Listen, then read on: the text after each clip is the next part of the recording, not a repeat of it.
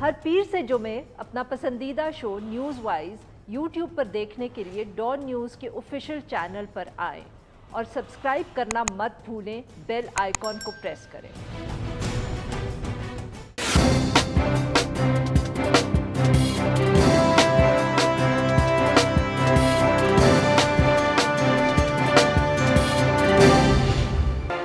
Welcome to news wise, मैं हूं आरिफा नूर। आज प्रोग्राम में सबसे पहले हम जिक्र करेंगे एक दफ़े फिर नवाज़ लीग का और उसके अंदर से आने वाली जो इख्तलाफी आवाज़ें हैं और उसकी वजह से ही जो अंदरूनी मसाइल हैं जमात के, या जो हम लोगों को लगते हैं कि अंदरूनी मसाइल है उसके ऊपर एक दफ़े फिर बहस छिड़ गई है। चंद रोज़ कबल डॉन न्यूज़ के ही प्रोग्राम में शाहिद खाकान अब्बासी, जो सीनियर नायब सदर हैं पाकिस्तान मुस्लिम लीग नवाज़ के, उन्होंने ये कहा कि जब 2023 के जनरल इंतखाबात होंगे तो वज़ीर आज़म के ओहदे के लिए शहबाज शरीफ साहब ही पार्टी के कैंडिडेट होंगे। उन्होंने कहा कि आम तौर पर पार्टी के जो सदर होते हैं वही प्राइम मिनिस्टेरियल कैंडिडेट होते हैं और शहबाज शरीफ साहब ही पार्टी के सदर हैं। मरियम नवाज़ साहिबा के हवाले से जब सवाल पूछा गया तो शाहिद खाकान अब्बासी साहब ने ये कहा कि मरियम नवाज़ साहिबा पे तो नैब का न सिर्फ केस है बल्कि वो नाअहल भी हैं, इसलिए फिल वक्त वो वज़ीर आज़म की कैंडिडेट नहीं हो सकती। इसके तकरीबन एक दिन के बाद ही मरियम नवाज़ साहिबा की जो तर्जुमान मोहम्मद ज़ुबैर साहब हैं, वो एक से ज़्यादा टॉक शोज़ में उनकी अपीयरेंस हुई और उन्होंने वहाँ एक मुख्तलिफ बात की। उन्होंने ये कहा कि मरियम नवाज़ साहिबा के ख़िलाफ़ जो केस है वो इंतहाई कमज़ोर है और उनका ये ख़्याल है कि जल्द ही, ख़ास तौर पे अगले जनरल इलेक्शन से पहले ही, वो सज़ा या जो नाअहली है वो ख़त्म हो जाएगी और इसके बाद वो वज़ीर आज़म के ओहदे के लिए ना सिर्फ अहल होंगी बल्कि वो पॉपुलर लीडर भी हैं जमात की, तो उनका भी काफ़ी एक स्ट्रॉन्ग चांस है। बात यहाँ ख़त्म नहीं हुई। सीनियर पार्टी रहनुमा ख्वाजा आसिफ साहब ने भी गुज़िश्ता शब एक टॉक शो में शिरकत की और वहाँ उन्होंने शाहिद खाकान अब्बासी साहब के बयान की हिमायत की। उन्होंने कहा कि अब्बासी साहब जो है वो ज़ुबैर साहब के मुकाबले में ज़्यादा मुस्तनद और दुरुस्त हैं। इसके साथ साथ ख्वाजा साहब ने ये भी कहा कि जो इंतखाबात हैं, जनरल इलेक्शंस जो हैं अगले, वो 2022 के अंदर में ही हो सकते हैं। ये उनकी प्रिडिक्शन थी। ये पहला मौका नहीं है कि नवाज़ लीग के अंदर से हमें मुतज़ाद आवाज़ें या इख्तलाफात जो हैं वो या नज़र आए या बयानात में एटलीस्ट नज़र आए। ये जो कैंडिडेट है प्राइम मिनिस्टर का, इस हवाले से भी पहले पार्टी का मौक़िफ़ जो है वो इतना क्लियर कट हम कह सकते हैं कि नहीं रहा। इसके अलावा जमात के अंदर जो बयानिए हैं उन पे भी बात होती रही है और अब तो जैसे कि अपोजिशन ने भी, यानी कि पाकिस्तान तहरीक इंसाफ ने भी कहा कि वो ही लग रहा है कि अब तो पार्टी के अपने जो लीडर्स हैं वो जो इख्तलाफात हैं जमात के अंदर उनकी खुद, जिसको कहते हैं ना, उसके लिए टेस्टिफाई कर रहे हैं। इसके साथ साथ जो एक और बहुत अहम खबर है वो ये है कि सीनियर पार्टी रहनुमा सरदार अयाज सादिक साहब आजकल लंदन में मौजूद हैं और कहा जा रहा है कि वहाँ भी सियासी मुशावरात हो रहे हैं और क़यासराई हो रही है कि क्या इसका ताल्लुक़ आने वाले जो इलेक्शंस की एक कैंपेन बन रही है हर जमात के हवाले से, उससे ताल्लुक़ है। इन सारे मामलात पे गुफ्तगू करने के लिए आज हमारे साथ मौजूद है खलील खान साहब, नायब सदर हैं पाकिस्तान मुस्लिम लीग नवाज़ और साबिक वफाकी वज़ीर। Welcome to the show sir. Sir, सवाल तो अब आपको पता ही है हम क्या पूछने वाले हैं। एक तरफ अब्बासी साहब का बयान है, एक तरफ ज़ुबैर साहब का बयान है। क्या हम कहें कि अब्बासी साहब ने जो बात कर दी ये उनका तज्जिया था या ज़ुबैर साहब ने जो बात की है वो उनका तज्जिया था? पार्टी पॉलिसी क्या है सर, और क्यों हमें बार बार ये इख्तलाफ नज़र आता है आप लोगों के बयानात में? देखिए, पार्टी पॉलिसी वही है जो पार्टी के सीनियर वाइस प्रेसिडेंट ने बयान कर दी है, जो शाहिद खाकान अब्बासी हैं, कि एज़ ऑफ आज जब हम ये गुफ्तगू कर रहे हैं, पाकिस्तान मुस्लिम लीग नून के सदर शहबाज शरीफ है और हमारे वज़ारत उज़्मा के उम्मीदवार भी वही हैं। मोहतरमा मरियम नवाज़ पार्टी की अब एक मुसल्लमा लीडर हैं, उनकी एक अवामी अल्लाह के करम से पजीराई हुई है, बहुत ज़्यादा पूरे मुल्क में वो गई हैं। उस वक्त उनके सामने कानूनी चैलेंजेस हैं जो कि कुछ लोगों का ख्याल है कि वो डिस्क्वालीफाइड है, लेकिन इस बात का अभी टेस्ट होना है पाकिस्तान की अदालतों में। तो आने वाले दिनों में जिस तरह केसेस आगे बढ़ रहे हैं और इशूज़ उठ रहे हैं, अगर उनकी कोई रिलीफ उन्हें मिलता है, लेकिन उसके बावजूद पार्टी के सीनियर जो लीडर हैं वो शहबाज शरीफ ही हैं। उनका एक मुसलमान रिकॉर्ड है। उन्होंने पंजाब जैसा सूबा जो दुनिया के 120 ममालिक से बड़ा آبادی کے لحاظ سے ایک یونٹ ہے، اس کو چلا کر دنیا کو دکھایا ہے۔ اور یہ بات اب بڑی کلیئر ہے کہ حکومت نے ابھی جو اپنے ایک سرکاری محکمے کے ذریعے FIA جس کو کہتے ہیں، شہباز شریف صاحب پہ وہی کیس دوبارہ درج کیا جو نیب میں وہ بھگت چکے ہیں 7 مہینے کی جیل، اور نیب کے ہائی کورٹ نے جب انہیں بیل دی ابھی کچھ عرصہ پہلے تو نیب کو سخت ترین سرزنش کی گئی کہ وہ کوئی چیز ثابت نہیں کر سکے۔ تو حکومت کا بھی یہ جو اٹیک ہے شہباز شریف کے اوپر وہ بھی اس چیز کو روکنے کے لیے ہے کہ جناب اگر ہم شہباز شریف کو جیل میں ڈال دیں تو شاید مسلم لیگ نون کا جو آگے پروگریس مارچ ہے وہ رک جائے گا، لیکن وہ رکے گا نہیں۔ تو سر زبیر صاحب پھر جو مطلب کہ ان کے بیان کو آپ کس طرح دیکھ رہے ہیں؟ نہیں، زبیر صاحب نے صرف یہ کہا ہے جو میں کہہ رہا ہوں کہ مریم نواز صاحبہ جو پارٹی کی ایک مسلمہ لیڈر ہیں، میں بھی نائب صدر ہوں، وہ بھی نائب صدر ہیں، ان کے سامنے جب جو قانونی رکاوٹیں وہ دور ہوں گی پھر ان کا جو سیاسی مستقبل ہے اس میں کلیئرٹی آئے گی۔ As of today Shahbaz Sharif ہمارے کینڈیڈیٹ ہیں۔ مگر اگر زبیر صاحب کی ہی بات کو ہم لیں اور ہم یہ کہیں کہ جیسے وہ کہہ رہے ہیں کہ کمزور کیس ہے، فیصلہ آ جائے، ان کی ڈسکوالیفیکیشن اوور ٹرن ہو جائے، تو کیا یہ جو ایز آف ٹوڈے کا آپ کا فیصلہ ہے شہباز شریف صاحب کے بارے میں، کیا یہ تبدیل ہو جائے گا جماعت کا؟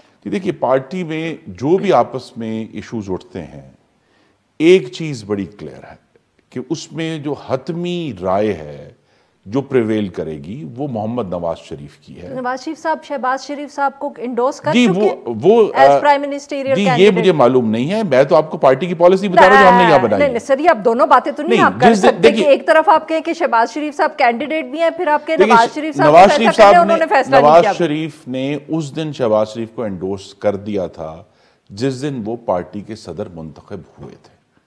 As of today leader of the opposition Muhammad Shahbaz Sharif ہمارے کینڈیڈیٹ ہیں، وہی پارٹی کا، اور اگر آپ اگلا سوال میں آپ کا انٹیسپیٹ کر لوں، وہ ووٹ کو عزت دو کا بیانیہ لے کر چلیں گے، معاشی ترقی کا بیانیہ لے کر چلیں گے، وفاقیت کا بیانیہ لے کر چلیں گے، اور پاکستان کا بطور ایک نیوکلیئر طاقت دنیا میں جو مقام ہے اس کا جھنڈا اونچا کرنا لے کر چلیں گے۔ اچھا سر، سوال ویسے میرا فرق تھا، میرا سوال یہ تھا کہ صدر تو شہباز شریف صاحب کافی عرصے سے ہیں جماعت کے، مگر آج ہم ڈسکس کر رہے ہیں عباسی صاحب نے جو بیان دیا ہے وہ 2-3 دن پہلے دیا ہے، تو کچھ نہ کچھ تو سر تبدیل ہوا ہوگا نا کہ ہم آج یہ خبر ڈسکس کر رہے ہیں، ہر چینل پہ ڈسکس ہو رہی ہے۔ If this was clear when Shahbaz Sharif Sahib became the president of the party، ہم آج یہ بحث نہ کر رہے ہوتے، کچھ تو سر تبدیل ہوا ہے۔ شہباز شریف صاحب کے صدر بننے کے بعد پارٹی کے کوئی 1.5 درجن قائدین جو ہیں، لمبی اب لسٹ ہے جو گنوانی پڑتی ہے، گنوانی چاہیے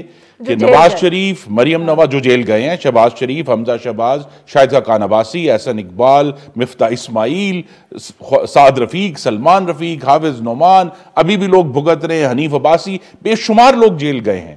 تو اس جب پارٹی میں اس قسم کی جو ہے پارٹی پر اس طرح کا حملہ ہو رہا ہو عمران خان کی طرف سے، انتقامی حملہ جس کو وہ احتساب ویسے کہتے ہیں، تو پارٹی میں ظاہر ہے مختلف وقت پہ مختلف آرا ہوں گی، لیکن اس وقت جس سٹیج پہ ہم کھڑے ہیں جہاں اب انتخابات 1.5 سال کا عرصہ رہ گیا ہے، اس کے بعد عام انتخابات ہوں گے، اور میں خواجہ آصف کی بات کو انڈورس کرتا ہوں کہ جو اس وقت پاکستان کے معاشی حالات ہیں اور پاکستان کی خارجہ پالیسی کا جو ایک کی قبر کھو دی ہے عمران خان نے، اس کے نتیجے میں اب یہ حکومت جتنے بھی زور لگا لیں، جتنے بھی یہ وہاں بانٹ لیں وظیفے، یہ اب زیادہ دیر چل نہیں سکتی، یہ چند مہینوں کے مہمان ہیں۔ سر کیسے نہیں چلے گی؟ آئی نو، مطلب کہ سر یہ سوال تو بنتا ہے نا، آپ صحیح کہہ رہے ہیں، ہو سکتا ہے نہ چلے، you must know something that I don't know, obviously بڑا فرق ہے، پر وہ کیسے نہیں چلے گی؟ اس لیے نہیں چل سکتی کہ پاکستان میں بجلی کا 1 یونٹ 38 روپے ہو گیا گھر والوں کے لیے، یہ ناقابل برداشت ہے۔ سر کوئی سڑک پہ نہیں نکلا۔ جی سڑک پہ حکومتیں کیسے جاتی ہیں سر؟ یا تو آپ لوگ نو کانفیڈنس کر لیں یا لوگ سڑک پہ نکل رہے، دونوں میں سے کچھ نہیں ہو رہا۔ سڑک پر نکلنے کا مقصد بھی اگلے انتخابات ہیں۔ ہم جتھوں کے ذریعے حکومتیں گرانے کے خلاف ہیں، ہم 2014 میں بھی خلاف تھے، ہم آج بھی خلاف ہیں۔ یہ حکومت صرف ان لوگوں سے بات کرتی ہے جو 8 پولیس مینوں کو شہید کر دیں، ان کے آگے یہ گھٹنے ٹیک دیتے ہیں، یا ان کا خود ریکارڈ ہے سپریم کورٹ کے جنگلوں پہ شلواریں لٹکانے کا اور اسلام آباد پولیس کو زد و کوب کرنے کا اور ڈنڈے لے کے پاکستان ٹیلی ویژن پر قبضہ کرنے کا اور بلڈوزر لے کے پارلیمنٹ کی جنگلیں گرانے کا، یہ ان کا اپنا ریکارڈ ہے۔ ہم پرامن طریقے سے، کیونکہ ووٹ کو عزت دینے کا مطلب یہ ہے کہ تشدد کو عزت نہیں دینی، ہم نے پاکستان کے آئین کو عزت دینی ہے۔ لہٰذا جو ہم نے 2018 کے انتخابات میں، اکثر لوگ بھول جاتے ہیں، 1,28,00,000 वोट लिए थे मुस्लिम लीग नून ने, तो लिहाजा वो हमारी स्ट्रेंथ मौजूद है।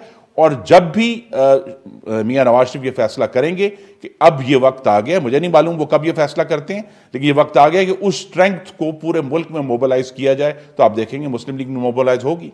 सही जी। नाज़रीन, यहाँ पे लेते हैं एक छोटा सा ब्रेक। जो ब्रेक से वापस खुर्रम दस्तगीर खान साहब से गुफ्तगू जारी रखेंगे। स्टे विद अस।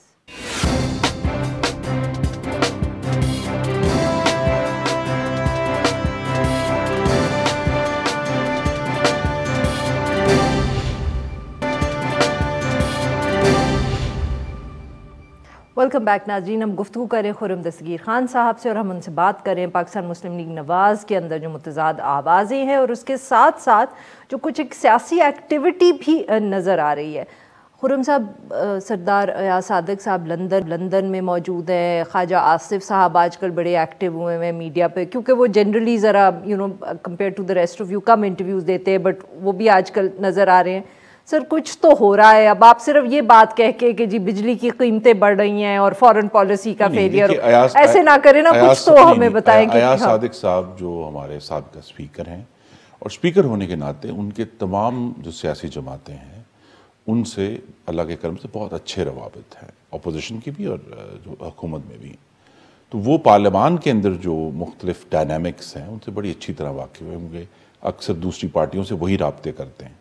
तो वो मुझे यकीन है कि वो जाके कायदे मोहतरम को लंदन में जो पार्लियामेंट्री डायनामिक्स हैं उसके ऊपर उन्होंने तफसीली रिपोर्ट किया होगा कि अभी जो हालिया जॉइंट सेशन हुआ है उससे पहले क्या कहानी हुई, या इस साल के वस्त में जब आपको मालूम है कि पहले हम सेनेट की सीट जीते अपोजिशन की तरफ से यूसुफ गिलानी की, उसके 4 दिन बाद फिर किस तरह पॉलिसी चेंज हुई और इमरान खान को ज़बरदस्ती एतमाद का हुई। सर, या आप लोगों को गलत फहमी थी कि वो चेंज हुई है? नहीं, वो एक देखिए पॉलिसी क्या चेंज, हम क्या चेंज चाहते हैं, हम चाहते हैं कि रिट्रीट हो, मुक़तदरा का सियासी अमल से एक कदम वो पीछे उठाएं ताकि सियासत और जमहूरियत अपना सांस ले सके।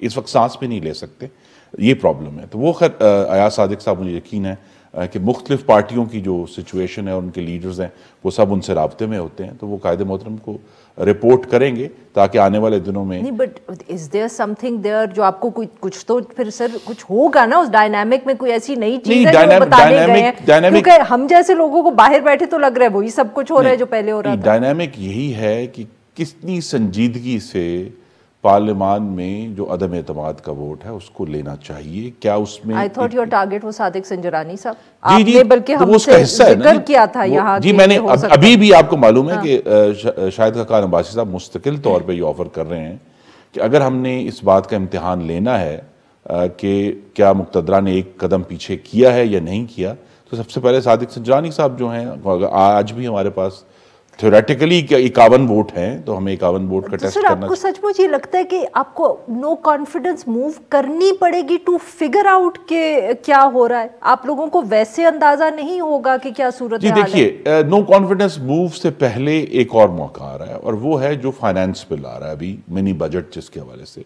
जिसकी वजह से कुछ एक्टिविटी जो 22 दिसंबर को कौमी असम्बली का इजलास मुतवक्को है, और चूंकि मनी बिल सिर्फ कौमी असम्बली नहीं देखना है तो वो सेनेट का उससे इस वक्त फिलहाल ताल्लुक नहीं है, तो वहाँ भी हमारे पास एक मौका है। अगर अपोजिशन और कोशिश राब्ते जारी हैं कि अगर हम मिलकर हुकूमत का फाइनेंस बिल डिफीट करते हैं। शहबाज शरीफ साहब ने भी, आपको मालूम है, आज ट्वीट किया है और उन्होंने कहा है कि हम उसको रोकेंगे। IMF के मुआहिदे से रिलेटेड जो फाइनेंस बिल है, आप सचमुच समझ रहे हैं आप उसको डिफीट कर सकते हैं जी?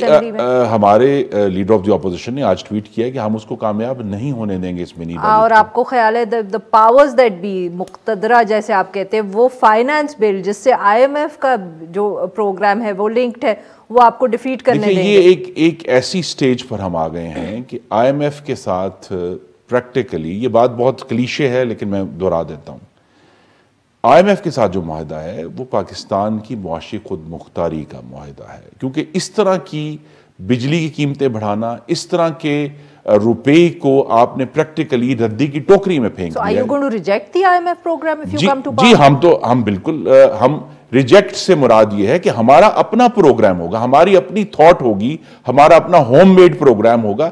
یہاں تو آئی ایم ایف سے تو سر آپ کو بھی بات کرنی پڑے گی نا. جی ہم نے کی نا جی, ہم نے 13 سے 16 تک پروگرام کیا, اور پاکستان کا واحد پروگرام ہے جو نہ صرف مکمل ہوا بلکہ اس دوران پاکستان کے تمام باقی I M F programme Muslim League Noon کے علاوہ, اس میں مہنگائی اوپر جاتی ہے اور پاکستان کی گروتھ نیچے جاتی ہے. ہمارا واحد پروگرام ہے جس میں مہنگائی نیچے گئی, 4% سے کم گئی, اور پاکستان کی اکنامک گروتھ ہر سال بڑھی ہے. تو چونکہ ہمارا ایک ہوم گرون پروگرام تھا, ہماری اپنی سوچ تھی جس کے مطابق ہم لے کر چل رہے تھے, جس میں ہم نے یہ بھی دکھایا آئی ایم ایف کو, آئی تھنک اس میں سب سے بڑا رول یہ تھا کہ ہر سال کنسسٹنٹلی 20% ٹیکس ریونیوز ہم نے بڑھائے. ہم آئی ایم ایف سے کہتے تھے بھئی ہم تو ریونیوز بڑھا رہے ہیں, بجلی کی قیمت بڑھانے کی ضرورت نہیں ہے, ہم ریونیوز بڑھا رہے ہیں, گیس کی قیمت بڑھانے کی ضرورت نہیں ہے. اور وہ ایک اتنا اسٹرانگ آرگومنٹ ہے جو آئی ایم ایف کو ایکسیپٹ کرنا پڑا. اس لیے آپ نے یہ دیکھا کہ وہ پروگرام جو ہے وہ پہلا آئی ایم ایف کا پیپل فرینڈلی پروگرام تھا پاکستان میں. nothing to do with international petrol prices. نہیں, اٹ ہیڈ ٹو ڈو. دیکھیں نا جی, وہ ماحول, اس میں تمام ویریبلز جو ہیں, تمام ویریبلز دیکھے جاتے ہیں. یہاں پرابلم یہ ہے کہ اس حکومت کے ساتھ جو ان کی نالائکی اور نااہلی کا ایک پہلا جو ایویڈنس ون ہے کہ یہ سمجھتے ہیں کہ ایک وقت میں ایک انڈیکیٹر جو ہے نا وہی حکومت چلاتے.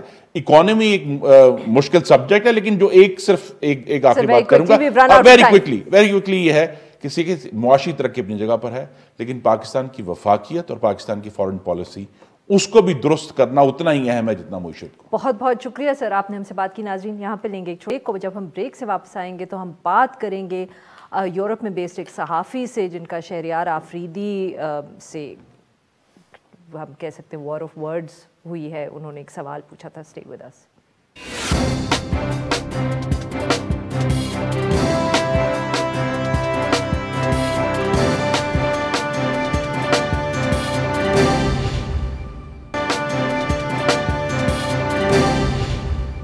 Welcome back. پروگرام کے اس حصے میں ہم ذکر کریں گے سوشل میڈیا پر وائرل ہونے والا ایک آڈیو کلپ جس کے اندر کشمیر کمیٹی کے چیئرمین شہریار آفریدی صاحب اپنا دورہ فرانس کے دوران ایک جو آج نیوز کے صحافی ہیں ان کو تنقید کا نشانہ بنا رہے ہیں کیونکہ انہوں نے ایک سوال پوچھا.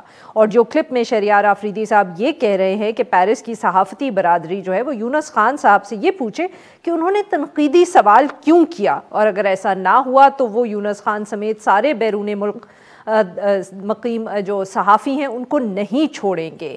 اس سارے معاملے کے اوپر گفتگو کرنے کے لیے ہمارے ساتھ موجود ہیں یونس خان صاحب. یہ نمائندہ ہیں آج نیوز کے پیرس میں, اور انہوں نے ہی سوال پوچھا جس کے اوپر شہریار آفریدی صاحب جو تھے جو ان کو وہ اچھا نہیں لگا. ویلکم ٹو دا شو یونس صاحب.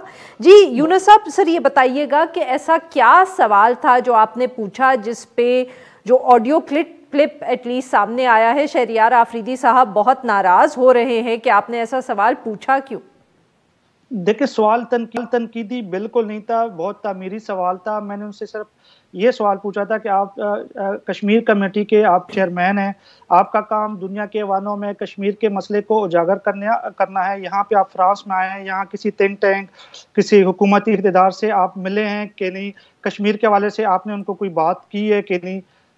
تو میں نے صرف ایک سادہ سا سوال تھا اور اس سوال پہ وہ اتنا ہائپر ہو گئے تھے. نہیں تو سر انہوں نے وہاں جواب کیا دیا آپ کو؟ جی ان کا کہنا تھا کہ وہ مائیگرین ہے ان کو اور وہ یہاں پہ ڈاکٹر کا علاج کرانے کے لیے آئے ہیں, اور یہاں پہ چونکہ پروسیجر بہت لمبا ہوتا ہے یہاں پہ کسی پولیٹیشین سے یا تھنک ٹینک سے ملنے کے لیے, تو اگلی دفعہ جب وہ آئیں گے تو وہ اس حوالے سے ضرور. تو سر کیا ہم یہ کہہ سکتے ہیں کہ وہ وہاں کسی ذاتی ٹرپ پہ آئے ہوئے تھے؟ دیکھیں جو ان کا ٹرپ تھا وہ ذاتی نوعیتی کا تھا, وہ ڈاکٹر سے ملنے آئے تھے کیونکہ جو آڈیو لیک تھی اس میں وہ یہی کہتے کہ میں ڈاکٹر سے ملنے آیا تھا.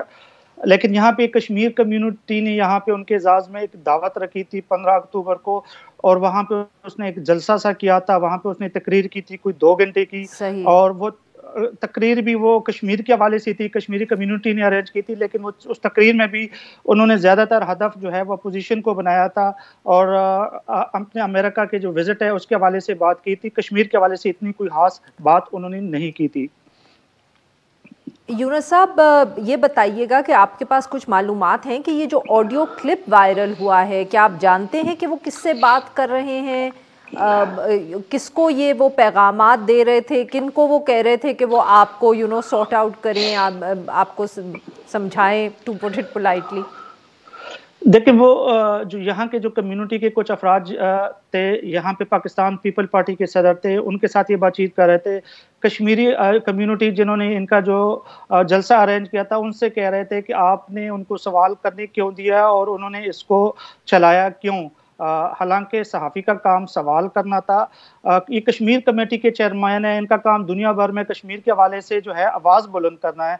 तो ये अगर एक सहाफ़ी का एक आम सा सवाल नहीं का जवाब दे सकते, तो ये दुनिया में आलमी बरादरी में कैसे कश्मीर के मसले को उजागर कर सकते हैं? मेरा तो अब ये भी सवाल बनता है। सही। और सर ये बताएं कि क्या फ्रेंच अथॉरिटीज़ ने आपसे कांटेक्ट किया है ये जब ऑडियो क्लिप वायरल हुआ है तो? जी, बिल्कुल मेरे साथ यहाँ पे मिनिस्ट्री ऑफ इंटीरियर वाले राब्ते में हैं, इसके हवाले से पुलिस रिपोर्ट कर दी गई है। चूँकि यहाँ पे इसने जो बातचीत की है वो फ्रांस के कवानीन के खिलाफ है, यहाँ पे लोगों को उन्होंने तशद्दुद पर उकसाया मेरे खिलाफ। इज़हार राय की आज़ादी के हवाले से यहाँ पर सख्त कवानीन है और उन्होंने जो बात की है वो इज़हार राय की आज़ादी के खिलाफ है। इसके अलावा भी बहुत से ऐसी चीज़ें हैं जिसके हवाले से जो फ्रेंच गवर्नमेंट है वो इस टाइम इसके हवाले से वो काम कर रही है।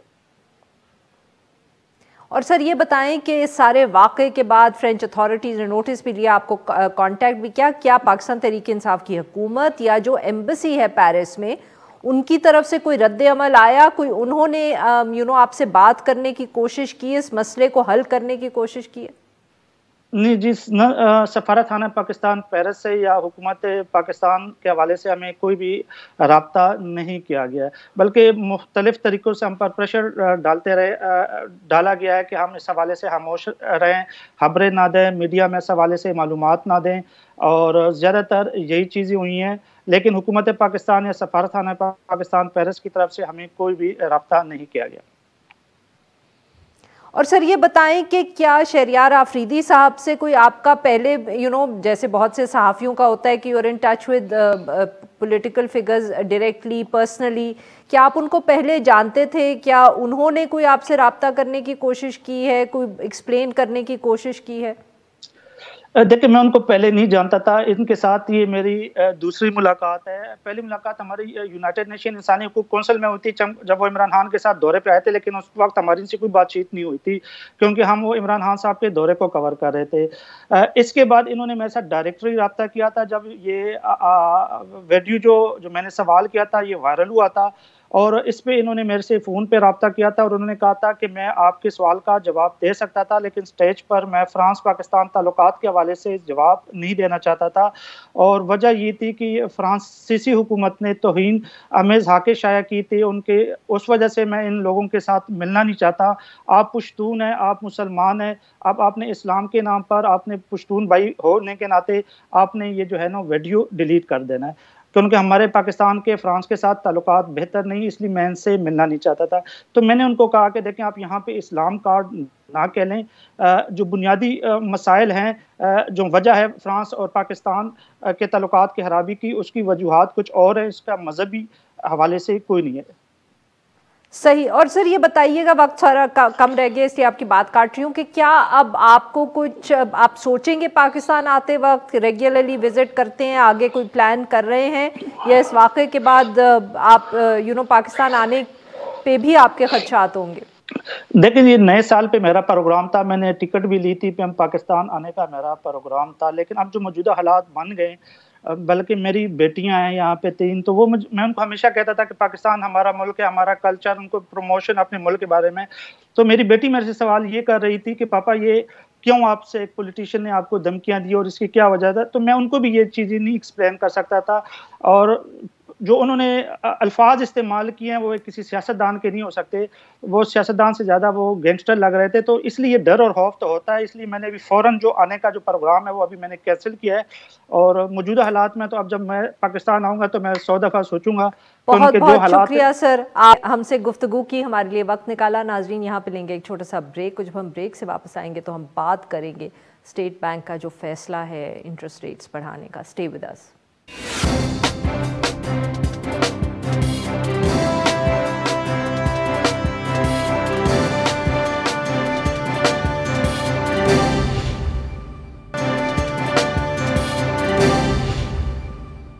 Welcome back. प्रोग्राम के आखिर में हम जिक्र करेंगे जो शरह सूद में इजाफा हुआ है। स्टेट बैंक ऑफ पाकिस्तान ने गुज़िश्ता रोज़ शरह सूद में 100 बेसिस पॉइंट्स का इजाफा किया है, जिसके बाद 9.75% शरह सूद हो गई है। स्टेट बैंक ने कहा कि ये जो इन्फ्लेशनरी प्रेशर है उसको काउंटर करने के लिए ऐसा किया गया है। इसी मौजू पे बात करने के लिए आज हमारे साथ मौजूद हैं खुर्रम हुसैन साहब, माहिर मौत हैं। Welcome to the show Khurram साहब, ये दूसरा इजाफा है 2 माह के अंदर शरह सूद में। क्या आप भी जो गवर्नर स्टेट बैंक ने गुज़िश्ता रोज़ इंटरव्यू में बात की उससे इत्तेफाक करेंगे कि ये इससे इन्फ्लेशनरी प्रेशर जो है वो कंट्रोल होगा? थिंक ये जो स्टेप इन्होंने लिया ये ज़्यादा एक्सचेंज रेट को मैनेज करने के लिए लिया है।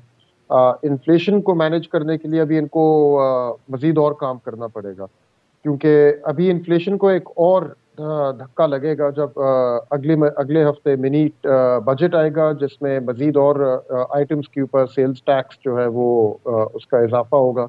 और अभी आने वाले दिनों में जो पिछले चंद महीनों में एक्सचेंज रेट की डिप्रिसिएशन हुई है उसका भी इम्पैक्ट अभी प्राइस लेवल के थ्रू नहीं गुजरा प्रॉपर्ली। तो फिलहाल तो इन्फ्लेशन की साइड पे तो प्रेशर मौजूद है, अपनी जगह रहेगा, लेकिन मुझे लग रहा है कि स्टेट बैंक ज़्यादातर ये स्टेप ले रहा है एक्सचेंज रेट को काबू में लाने के लिए और रिजर्व्स को सेफगार्ड करने के लिए। आरिफा? तो खुर्रम साहब, जो स्टेट बैंक गवर्नर ने ये भी कहा कि पिछली दफ़े क्योंकि उनसे पूछा गया कि जैसे 13% पे ले गए थे शरह सूद इनिशियली, तो क्या इस दफ़े भी ऐसा करेंगे? तो उन्होंने बहुत कैटेगोरिकली कहा कि नहीं, इस दफ़े ज़रूरत नहीं पड़ेगी। क्या आप इससे इत्तफाक करेंगे कि ये जो इन्होंने इस दफ़े इंक्रीज़ किया है ये काफ़ी होगा? क्योंकि आप खुद ही कह रहे हैं कि ये तो अभी एक्सचेंज रेट को मैनेज करने के लिए लिया है, इन्फ्लेशनरी प्रेशर जो है उसका इम्पैक्ट तो अभी हम देखेंगे। तो आपको लग रहा है कि यहाँ ये रुक जाएंगे या ये इसको और मज़ीद बढ़ाएंगे? आरिफा, मेरी जो बातें हुई हैं ज़्यादातर मार्केट प्लेयर्स के साथ, बैंक्स में ट्रेजरी हेड्स और स्टॉक ब्रोकर की जो रिसर्च डिविजन्स हैं उनमें, तो वहाँ तो across the board financial sector में लोग कह रहे हैं कि नहीं, अभी और करना पड़ेगा इनको। तो बेशक 13% पे ना ले जाएं, लेकिन अभी तो कोई 9.25 पे अगर जैसे बैठे हुए हैं, तो अभी मार्केट में तो उम्मीद है और एक्सपेक्टेशन है कि ये इसमें 1 से लेके 1.5 परसेंटेज पॉइंट्स और इजाफा हो सकता है, पॉसिबल है। रात की जो टी-बिल ऑक्शन हुई है उसमें भी हम देख रहे हैं कि मजीद और कट ऑफ यील्ड्स में इंक्रीज आया है, एटलीस्ट बिड्स में तो इंक्रीज आया है। कट ऑफ यील्ड्स तो भी अनाउंस होंगी तो फिर हम देखेंगे कि गवर्नमेंट ने अब किस हद तक वो एक्सेप्ट कर रहे हैं इस डिमांड को। लेकिन मार्केट से प्रेशर फॉर मोर यील्ड्स अभी हट नहीं रहा गवर्नमेंट से। तो कुछ तो इंक्रीज आएगा, 13% तक लेके जाता है या नहीं वो तो फिर अब लॉन्ग टर्म की बात है, यानी कि लॉन्ग टर्म से मतलब अगले 6, 7, 8 महीने में। लेकिन फरवरी मार्च तक 1 या 1.5 परसेंटेज पॉइंट का मजीद इजाफा मार्केट फिलहाल तो देख रही है। खुर्रम साहब, इसका क्योंकि गुज़िश्ता रोज़ भी ये इत्तला आई कि जिस तरह ये जब फैसला किया जा रहा था तो स्टेट बैंक गवर्नर को गालिबन प्राइम मिनिस्टर साहब ने मीटिंग के लिए बुलाया और वो वहाँ भी गए। क्या मतलब, क्या आप हमें समझाएंगे कि ये इसका क्या ताल्लुक था? क्या हम ये कह सकते हैं कि हुकूमत की तरफ से कोई काउंटर प्रेशर था कि इतना ये फैसला ना करें? यही अकल ही ये बताती है कि यही हो सकता है, क्योंकि हर दफ़ा जब भी मॉनेटरी पॉलिसी स्टेटमेंट आती है तो उसके फ़ौरन बाद गवर्नर साहब अपनी पूरी टीम को लेके एक वीडियो कॉन्फ्रेंस करते हैं तमाम मार्केट के एनालिस्ट्स के साथ और बॉन्ड होल्डर्स और बैंकर्स के ट्रेजरी हेड्स और foreign bond holders and what not. कोई 100 से ऊपर लोग होते हैं यूजुअली इन एनालिस्ट ब्रीफिंग्स में। इस दफ़ा पहली दफ़ा हम देख रहे हैं कि इस मीटिंग को छोड़ के और ये मीटिंग के दौरान अनाउंस किया गया कि गवर्नर साहब प्राइम मिनिस्टर के साथ मीटिंग में चले गए हैं, तो डेप्यूटी गवर्नर साहब ने अनाउंस किया कि मैं ये वाली प्रेजेंटेशन करूंगा और उन्होंने वो सारी प्रेजेंटेशन की। एंड पे जाके 2 सवाल लेने के लिए गवर्नर साहब बीच में आए, उन्होंने जल्दी में तो 2-4 अल्फाज उनको बोले। तो अब ये कॉल कैसे आई एकदम से और इतनी इम्पोर्टेंट ब्रीफिंग को छोड़ के गवर्नर साहब जो गए हैं, वो जाहिर बात है कोई अर्जेंट चीज़ होगी। और एमपीएस के बाद सबसे अर्जेंट बात क्या हो सकती है कि हो सकता है कि प्राइम मिनिस्टर साहब से ये आ रहा हो उनको प्रेशर के बस जी इतना हो गया तो काफ़ी है, अब आप आगे भी बता दें बाकी दुनिया को कि ऐसे आगे हम नहीं करेंगे। तो जब वो उसी रात को टीवी चैनल पे आए हैं गवर्नर साहब, تو انہوں نے مور لیس پھر یہ میسج دیا ہے کہ بھائی اب مزید اور اضافہ ہم نہیں کریں گے انٹرسٹ ریٹس میں. بہت بہت شکریہ خرم صاحب، آپ نے ہم سے گفتگو کی. آج کے لیے بس اتنا ہی. We'll be back tomorrow at the same time.